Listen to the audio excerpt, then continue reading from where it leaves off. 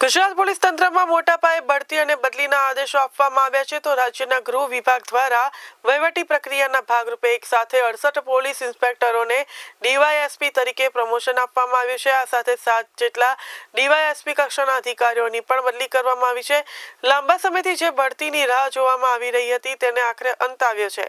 ગૃહ વિભાગના લેટેસ્ટ આદેશ મુજબ રાજ્યના અલગ અલગ જિલ્લાઓમાં ફરજ બજાવતા બિન હથિયારી, હથિયારી અને વાયરલેસ વિભાગના 68 પીઆઈને હવે ડીવાયએસપી તરીકે નવી જવાબદારી સોંપવામાં આવી છે। બઢતી પામેલા અધિકારીઓને રાજ્યના વિવિધ ખાલી પડેલા સ્થાનો પર પોસ્ટિંગ આપવામાં આવ્યું છે। તો આ ફેરફારમાં માત્ર બઢતી જ નહીં પરંતુ બદલીનો પણ સમાવેશ થાય છે। 68 પીઆઈ કક્ષાના અધિકારીઓને બઢતી મેળવી ડીવાયએસપી બન્યા છે તો 7 ડીવાયએસપી કક્ષાના અધિકારીઓ એક જ જિલ્લામાંથી બીજા જિલ્લામાં બદલી કરવામાં આવી છે। બિન હથિયારી અને વાયરલેસ વિભાગના અધિકારીઓનો સમાવેશ થાય છે। ત્યારે વર્ષના અંતે કરવામાં આવેલા મોટા ફેરફાર પાછળ રાજ્યના કાયદો અને વ્યવસ્થાની સ્થિતિને વધુ મજબૂત બનાવવાનો હેતુ હોવાનું મનાઈ રહ્યું છે। ખાસ કરીને વાયરલેસ અને ટેકનિકલ વિભાગમાં પણ ડીવાયએસપી કક્ષાના અધિકારીઓની નિમણૂકથી પોલીસિંગ વધુ હાઈટેક બનશે।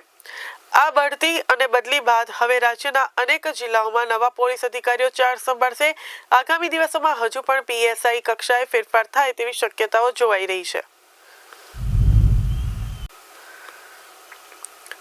આણંદ ખાતે સાંસદ મિતેશભાઈ પટેલના અધ્યક્ષસ્થાને દિશા કમિટીની બેઠક યોજાઈ હતી। આ બેઠક આણંદ સર્કિટ હાઉસ ખાતે યોજાઈ, જેમાં કેન્દ્ર સરકારની વિવિધ યોજનાઓની સમીક્ષા કરવામાં આવી।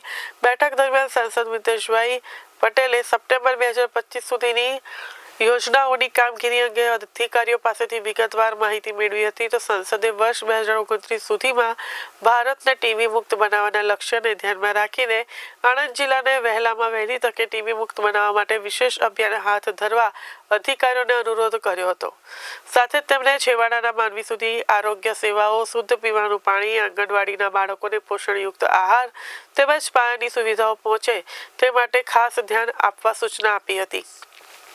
આ ઉપરાંત કેન્દ્ર સરકારની વિવિધ યોજનાઓનો લાભ સાચા અને યોગ્ય લાભાર્થી સુધી સમયસર પહોંચે અને કોઈ પણ વ્યક્તિ સહાયથી વંચિત ન રહે તે બાબતે પણ તેમણે ભાર મૂક્યો હતો। તો બેઠકમાં જિલ્લા પંચાયત પ્રમુખ, ધારાસભ્યો, કલેક્ટર સહિત વરિષ્ઠ અધિકારીઓ અને જનપ્રતિનિધિઓ ઉપસ્થિત રહ્યા હતા। વિકાસના બહાને સાવલી જરોદ રોડ પર મોટા પાયે વૃક્ષો કાપવાની કામગીરીને લઈને કોંગ્રેસ દ્વારા આક્ષેપ કરવામાં આવ્યા છે। કોંગ્રેસનું કહેવું છે કે રોડ પહોળો કરવાના નામે વિશાળ અને લીલાછમ વૃક્ષોનું નિકંદન કરવામાં આવી રહ્યું છે, જે પર્યાવરણ માટે ગંભીર ખતરો છે। તો કોંગ્રેસ શહેર પ્રમુખ કલ્પેશ પટેલે આક્ષેપ કર્યો છે કે એક તરફ સરકાર વૃક્ષારોપણ પાછળ લાખો રૂપિયાનો ખર્ચ કરે છે, જ્યારે બીજી તરફ વિકાસ પ્રોજેક્ટોના નામ સરેઆમ વૃક્ષો કપાઈ રહ્યા છે। તેમણે જણાવ્યું કે પ્રધાનમંત્રી નરેન્દ્ર મોદીના એક પેડ માં કે નામ અભિયાન છતાં પણ લીલા વૃક્ષો કાપવામાં આવી રહ્યા છે, જે સરકારની નીતિમાં વિરોધાભાસ દર્શાવે છે। કલ્પેશ પટેલે વધુમાં જણાવ્યું કે વૃક્ષ કાપવાની મંજૂરી ખુદ સરકાર અને વન વિભાગ દ્વારા આપવામાં આવી છે, જેના કારણે સ્થાનિક લોકોમાં ભારે નારાજગી જોવા મળી રહી છે।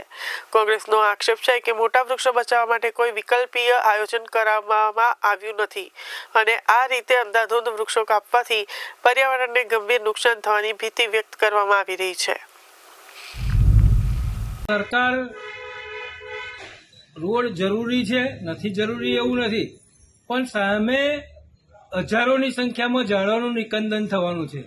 તો સરકાર એક સાઈડ વૃક્ષ વાવોનું સ્લોગન આપી રહ્યું છે અને એક સાઈડ ઝાડો કાપી રહ્યું છે, એની સામે બીજા ઝાડોનો ઉછેર નહીં થઈ રહ્યો।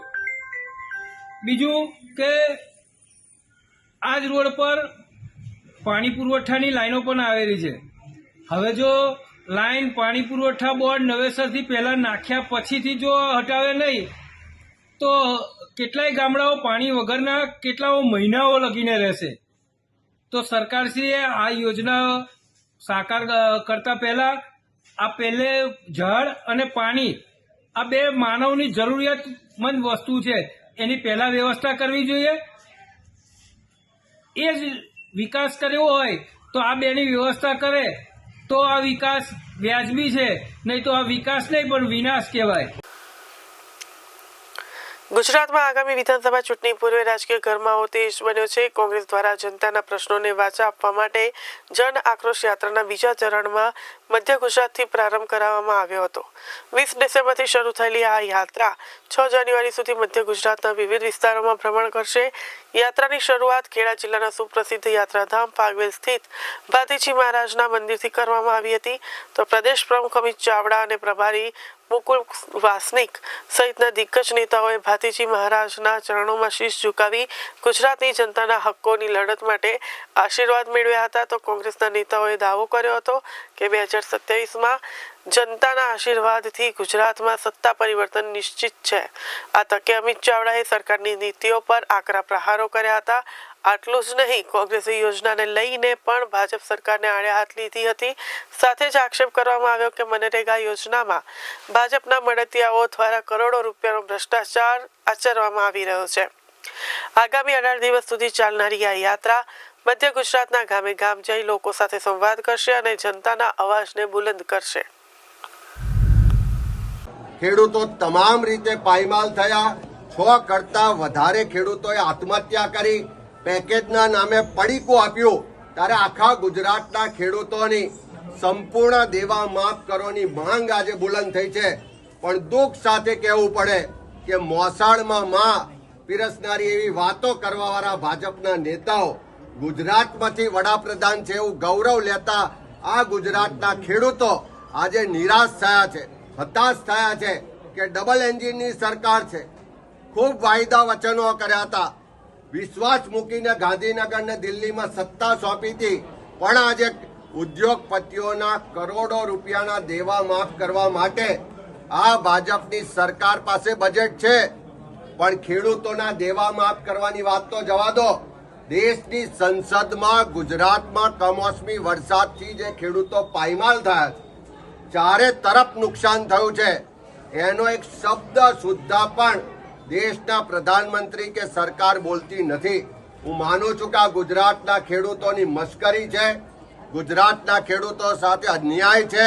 જે વાયદા વચનો આપ્યા હતા એ ક્રૂર મજાક છે. એનો જવાબ ગુજરાતના ખેડૂતો આવનારા સમયમાં આપશે. અને સમગ્ર ગુજરાતમાંથી જે માંગ ઉઠી છે કે ખેડૂતોના સંપૂર્ણ દેવા માફ થાય, એ ખેડૂતોના અવાજને અમે બુલંદ કરીશું અને ગુજરાતના ખેડૂતોના સંપૂર્ણ દેવા માફ કરાવીને જંપીશું. મહેસાણામાં કોંગ્રેસ દ્વારા મનરેગા યોજનાનું નામ બદલવાના વિરોધમાં ધરણા પ્રદર્શન કરવામાં આવ્યું. કોંગ્રેસ કાર્યકરોએ મનરેગા યોજનાનું નામ બદલવામાં આવતા સરકારના નિર્ણય સામે કડક વિરોધ નોંધાવ્યો હતો. આ સાથે નેશનલ હેરાલ્ડ કેસમાં રાહુલ ગાંધી અને સોનિયા ગાંધીને ક્લીન ચીટ મળવા મામલે પણ કોંગ્રેસ દ્વારા ધરણા આપવામાં આવ્યા હતા. કોંગ્રેસનો મત છે કે આ કેસમાં રાહુલ ગાંધી અને સોનિયા ગાંધીને ખોટી રીતે બદનામ કરવામાં આવ્યા છે. ધરણા અને રેલી દરમિયાન મહેસાણા એ ડિવિઝન પોલીસ દ્વારા કોંગ્રેસના કાર્યકરોની અટકાયત કરવામાં આવી હતી. રેલી યોજતા જ પોલીસ દ્વારા કાર્યકરોને અટકાવી લેવામાં આવ્યા, જેના કારણે વિસ્તારમાં તણાવ જેવી સ્થિતિ સર્જાઈ હતી. काटे जा रहे हैं, ऐसे ऐसे लोग अपनी आस्था दिखा रहे हैं. जो थर्ड पार्टी है वो आकर लोगों को बरगरा रही है और कांग्रेस पार्टी का वोट शेयर जा रहा है. अगर आप मेरी बात पे विश्वास करेंगे तो आज गुजरात में 40% वोट पे कांग्रेस पार्टी खड़ी, जो कम नहीं होता है. तो आगे हमारी रणनीति ये है कि हमें अपना वोट शेयर बढ़ाना है, बीजेपी को सत्ता से हटाना है. हमारी लड़ाई सिर्फ कुछ % वोटों की है और वो हम जरूर जीतेंगे. और आप देखिएगा 2027 में जो जनता है, जो परेशान है, जो चाहती है बदलाव, किसान चाहता है, मजदूर चाहता है, युवा चाहता है, तो सत्ता परिवर्तन 2027 में होकर रहेगा. અમદાવાદમાં પ્રથમ વખત મ્યુનિસિપલ શાળાઓના પરંપરાગત નામોમાં મોટો ફેરફાર કરવામાં આવ્યો છે. એએમસી દ્વારા શહેરની વિવિધ શાળાઓને ભારતીય સંસ્કૃતિના મહાન સંતો અને ઋષિ મુનિઓના નામ આપવામાં આવ્યા છે. શિક્ષણની સાથે બાળકોમાં ભારતીય સંસ્કારોનું સિંચન થાય તે હેતુથી આ ઐતિહાસિક નિર્ણય લેવાયો છે. અમદાવાદ મ્યુનિસિપલ કોર્પોરેશનના આ નિર્ણય બાદ હવે શાળાઓ માત્ર નંબરોથી નહીં પરંતુ પાવન નામોથી ઓળખાશે. નવા વાડજ વિસ્તારમાં આવેલી મ્યુનિસિપલ શાળા નંબર 1ને હવે સતી અનસુયા મ્યુનિસિપલ શાળા તરીકે ઓળખવામાં આવશે. તેવી જ રીતે નવા વાડજની શાળા નંબર 3 અને 4નું નામ અત્રિ ઋષિ મ્યુનિસિપલ શાળા રાખવામાં આવ્યું છે. નામકરણની આ યાદીમાં અન્ય શાળાઓનો પણ સમાવેશ થાય છે. ગાંધીનગર મ્યુનિસિપલ શાળા નંબર 2 હવે ગૌતમ ઋષિ મ્યુનિસિપલ શાળા બનશે. નવા વાડેજની શાળા નંબર 9 અને 10 વશિષ્ઠ ઋષિ મ્યુનિસિપલ શાળા નામ અપાયું છે.